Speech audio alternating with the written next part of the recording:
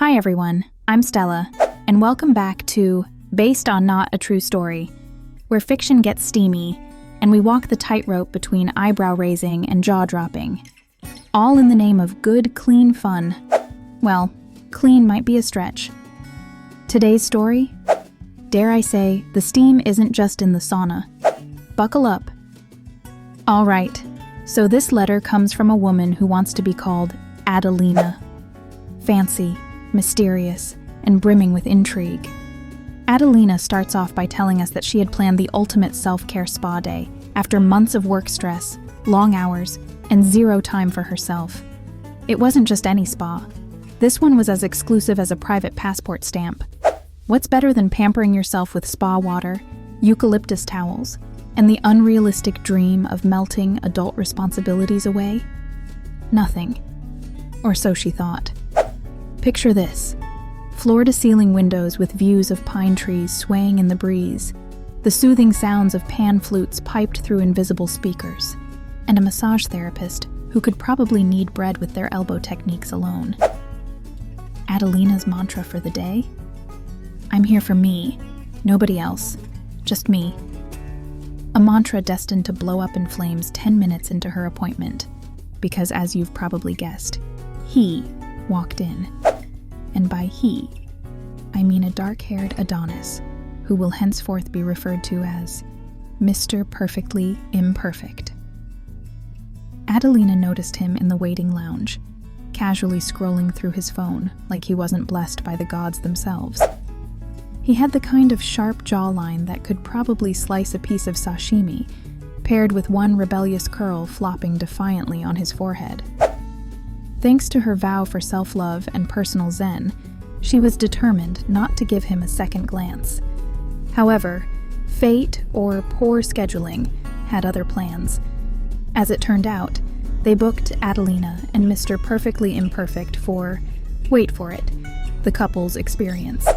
You know, the one with the 2-hour shared massage followed by a champagne bath infused with rose petals and just enough awkward giggles to rival a rom-com. Adelina protested. "Oh, no, that has to be an error," she explained to the receptionist while clutching at the hem of her robe like it was a courtroom case.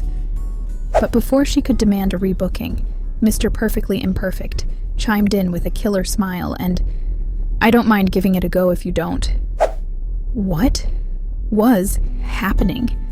Rule number 1 of strangers in shared intimate spaces: avoid prolonged eye contact. Naturally, they failed within 4 seconds. Their massage tables were separated by a small bamboo divider, but Adelina swore she could feel his presence like a sunbeam just out of reach. With every gentle touch from their respective therapists, she melted into the relaxing lavender-scented air, until, with a casual grin, Mr. Perfectly Imperfect asked, "So, do you come here often?" Normally, that's a cringe-worthy pickup line, but somehow, he made it work. His voice, deep, smooth, and perfect for an audiobook you'd never focus on. Her reply, "First time? Yourself?" And from there, they started chatting.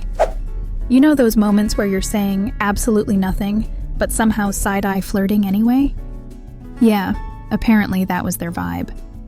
By the time the rose petal champagne bath came around, she hated to admit it, but she was more flustered than a midday martini drinker attending a workout class. And here's where it gets cinematic, folks. Bubble-filled tubs side by side, a bottle of Brut Rosé chilling on ice, and just as they clinked glasses in a pseudo-toast to new experiences, the lights flickered. Cue Adelina's therapist bursting into the room to apologize for some electrical hiccup and brace yourselves, plunging the spa into dim-lit candlelight. Because why not? The mood? Officially upgraded to storybook romance.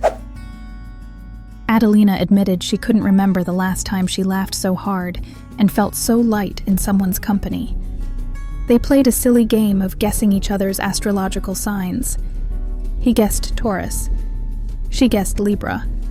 Both were wrong. The two of them somehow ended up entangled, not physically yet, into conversations about travel, books, and ultimately, dessert preferences. Did someone say chocolate souffle date potential? Oh yes, folks. Oh yes. Afterward, as they reluctantly exited the spa, still wrapped in post-massage serenity, the duo exchanged numbers, though not before swearing that they'd never done anything like this before. Texts turned into meetups, meetups turned into dinner plans, and, well, we all know where this goes. What makes it spicy? The fact that it all started as a scheduling mistake. Truly, life has zero chill, and we adore it. So, moral of the story? Maybe be open to new experiences. It's wild where they might lead. Sometimes the universe, or a really poor booking system, has bigger plans for your day of relaxation. All right, my lovely viewers, what about you? Any spa encounter stories or letter ideas? I live for your fictional drama. Send me your steamy tales, and who knows, maybe your story will grace an episode of Based on Not a True Story. Until next time, stay curious, stay spicy, and above all, stay fabulous.